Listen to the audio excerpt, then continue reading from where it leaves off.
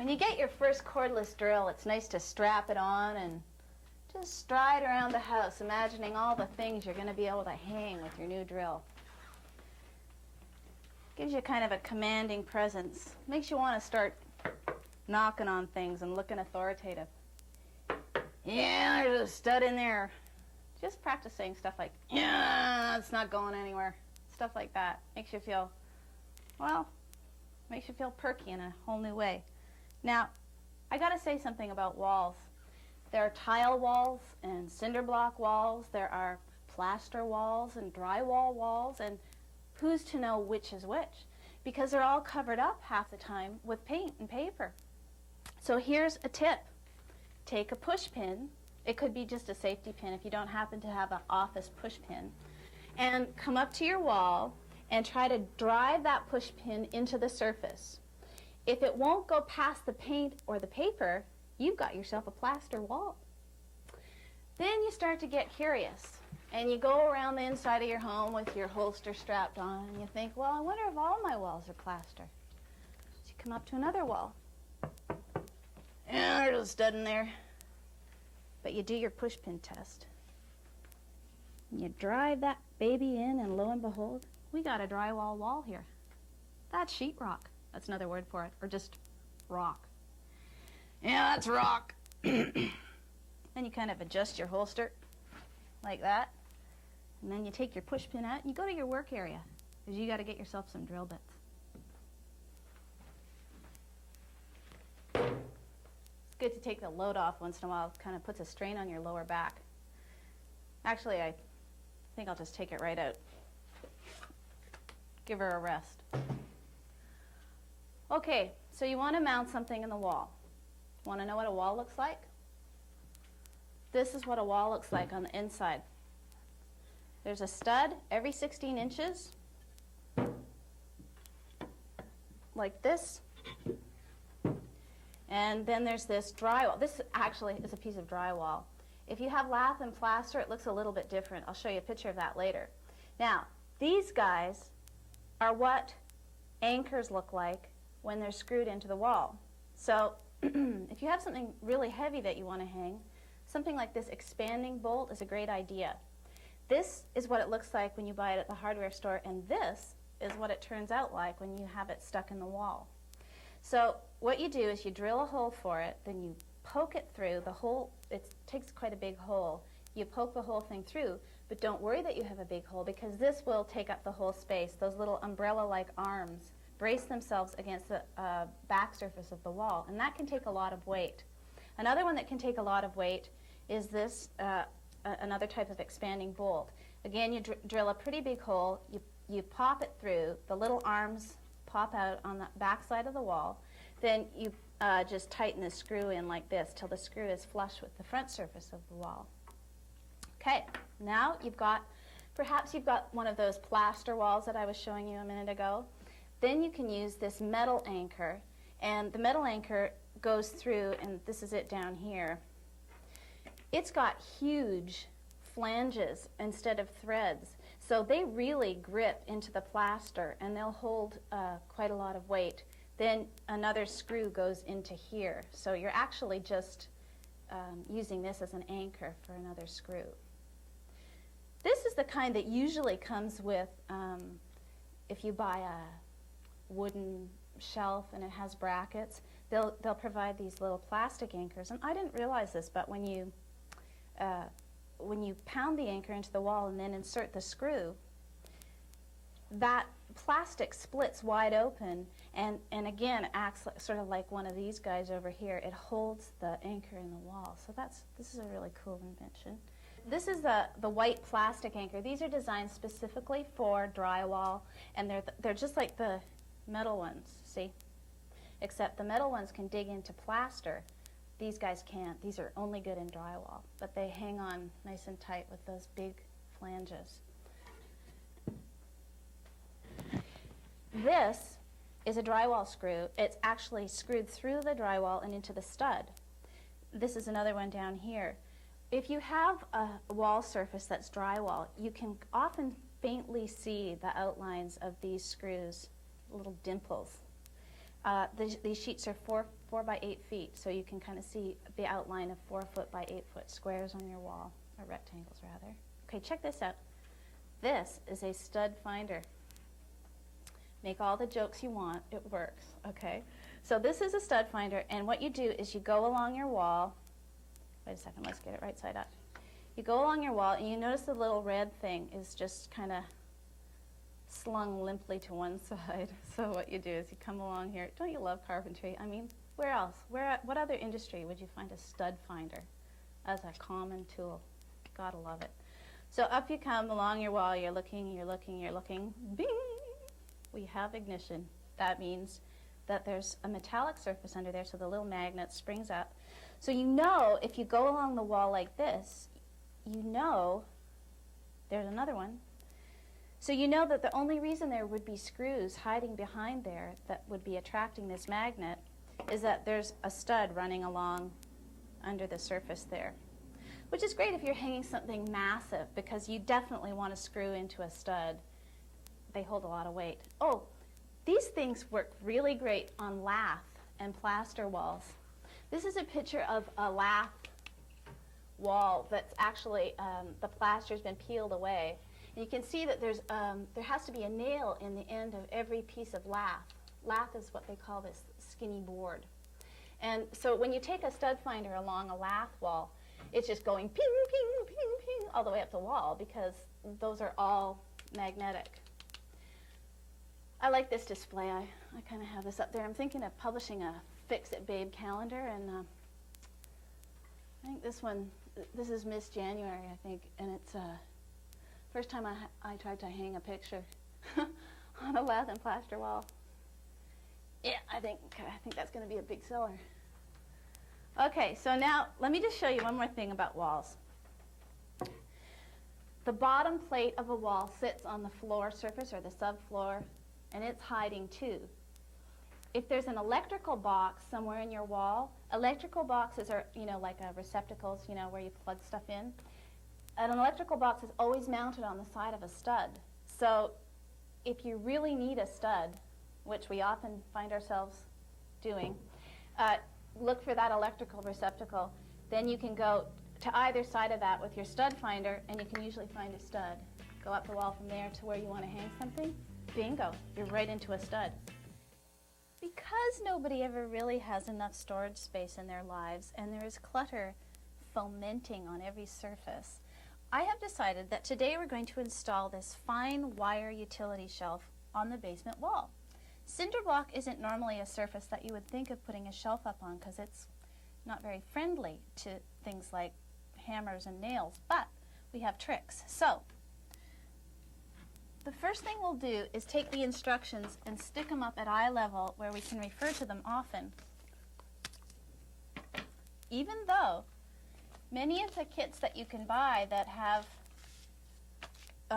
for this kind of wire shelf, they give you the completely wrong directions, which is the case this time. So we've got the wrong directions for the wrong kit, but if you get the right directions, put them on the wall. It'll really help. So first thing we have to do is measure our shelf, because we need to find the center point for mounting it on the wall here. Okay, so we have a 36-inch shelf. Now, normally you go to a great deal of trouble when you're mounting a shelf to level it properly on the wall. But in the basement, we have these marvelous mortar lines where they've put the cinder blocks in a nice row. So we're going to use that to level off, okay? So what I'm going to do is measure 2.5 inches or so in from each end. I'm going to mark it with my pencil, because we need to drill holes here. So that's the third one in, 1, 2, 3. So I'll just mark that on the other end. Get over here. And then I'm going to also need to measure the center.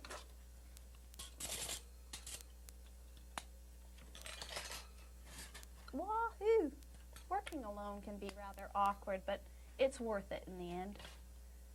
There we go. There's the center. Okay.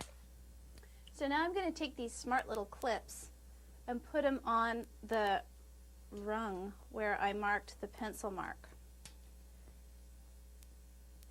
Like so. And now I'll set a height for my shelf, which is maybe, there's a good height for a utility shelf. I just have to flip these little clips up so that I can make another pencil mark on the wall. Well, this will be fun. There we go.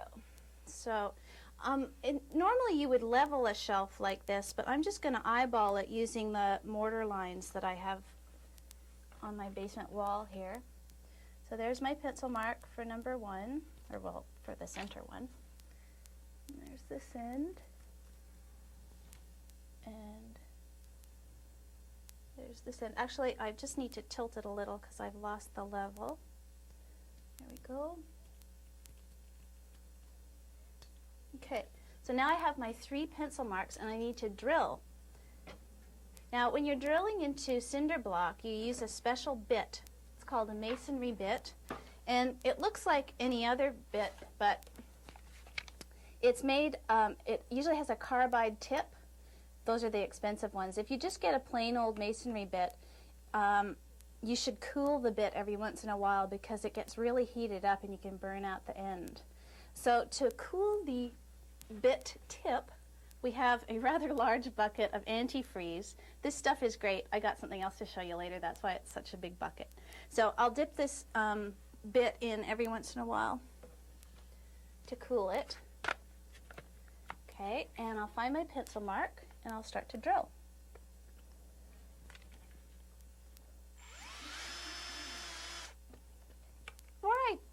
Before I go any further, I just need to put on my world-class eye protective gear, which I am continuously forgetting to put on, but it's very important. All right, so here I go. This is a bit slow. You have to persevere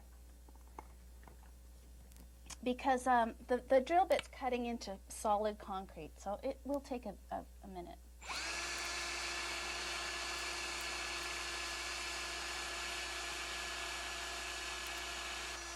Every once in a while you have to pull the drill bit out again so that it kind of combs out all the grit that is accumulating as you drill the hole.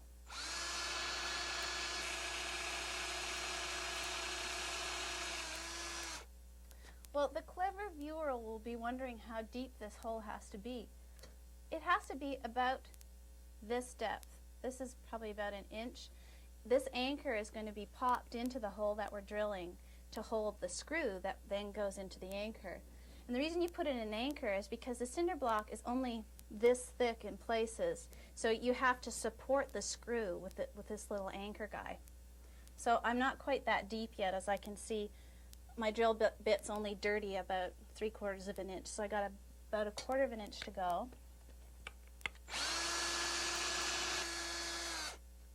Measure again. I'm getting really close now. Darn, that baby's hot. Time to cool it. There's a certain satisfaction in dipping that little bit. Right, a little bit farther.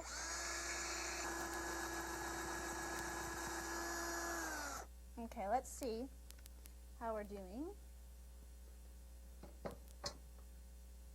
I'm just going to use my hammer now to tack this in and see if I've got it deep enough. All right, so now we'll move on and do the other 2. Okay, now we have our 3 anchors ready to go. Now these 3 anchors have to be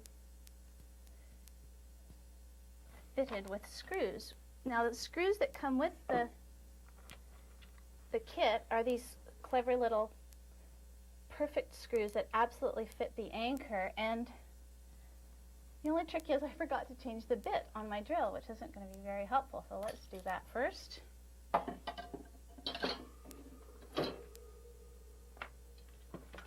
This is, when you get good at this, you look really hot, okay?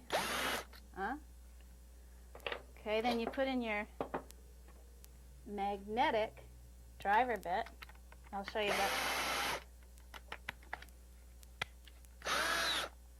This is magnetic, which means that you can put the screw on the end like this and walk around and gesticulate, and the screw doesn't fall off the end, which is great because this is kind of awkward work we're doing. We need all our hands available.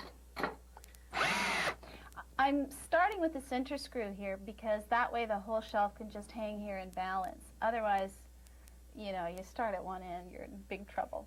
So this is going to balance. There we go. That's number one. And I need to, somehow I got this clip in the wrong place, so let me put it in the right place. I load up another screw. And in the power. Okay, and then I'm going to start down at this end. Come on. Actually, I have to do this right-handed just because it's easier that way. There we go.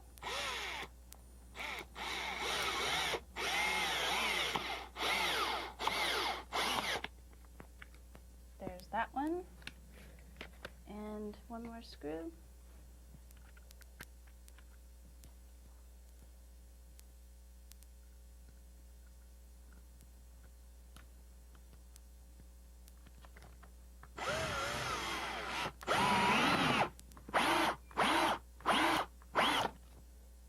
There we go. Now, all we have left to do, I better use my smart holster here. There we go. All we have to do now is attach these guys. These are the brackets, and they work. We'll line them up with the clips that installed so nicely before. So all I really need to do is level the shelf, and then I know what height the bracket should be installed at. So watch that bubble.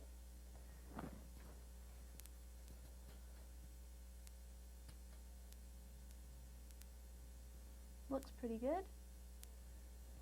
Close enough, and I'll just get my pencil and mark the hole on the wall.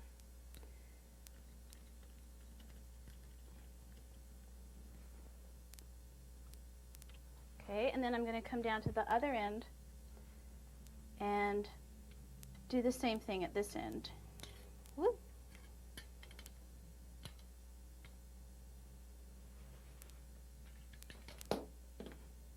That's what we call tuning up our level. You never, you know, a level should be abused a little bit or it gets all hoity-toity.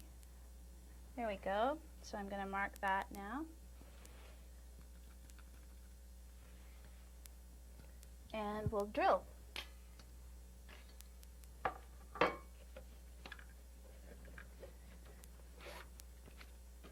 Protective eye gear. Don't work without it. This is where it gets a little awkward because you have to hold the shelf up with one arm and, oh, you have to put the drill bit in. Details. Huh?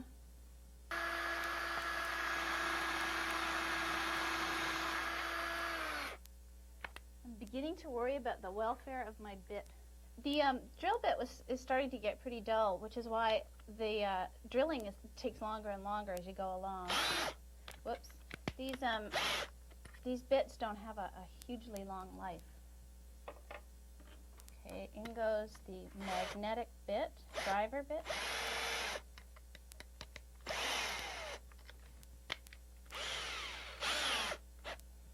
Okay, and this whole thing would be a lot easier if you had a helper, but you don't always have that luxury. So now we have to do a sort of a balancing act. Whoops.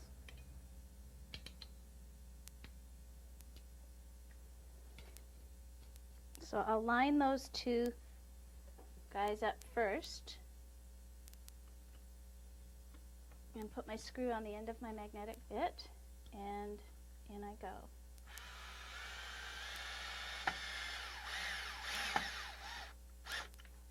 Beautiful. And one more of those.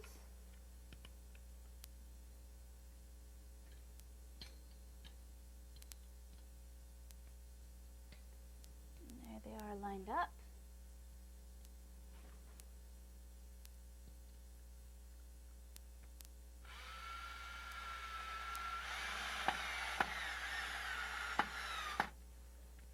There you go. Load her up. You'll have shelves everywhere. You won't be able to stop yourself. That's just how it is. Once you know how to do something, you just want to do it everywhere. Oh, and I promised you a tip. So this is my tip. This is antifreeze. It's also known as polyethylene glycol, or PEG for short. And what PEG really is water-based wax. So it's just wax in solution, which is a great thing if you have a hammerhead that's really loose and about to fly off. What you do is you stick your hammerhead in a bucket of PEG overnight, and the wax works its way into the wood fibers and swells them so that you end up with a hammerhead that's on permanently, really tight.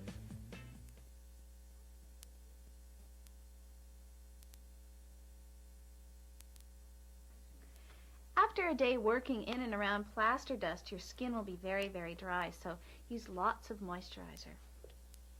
Oh, and if you're troubled by static cling, simply rub a dab of moisturizer into your hands until it disappears. Then, rub your palms up and down your pantyhose. And presto, static cling is gone. For a Repair to Remember, I'm Mag Ruffman.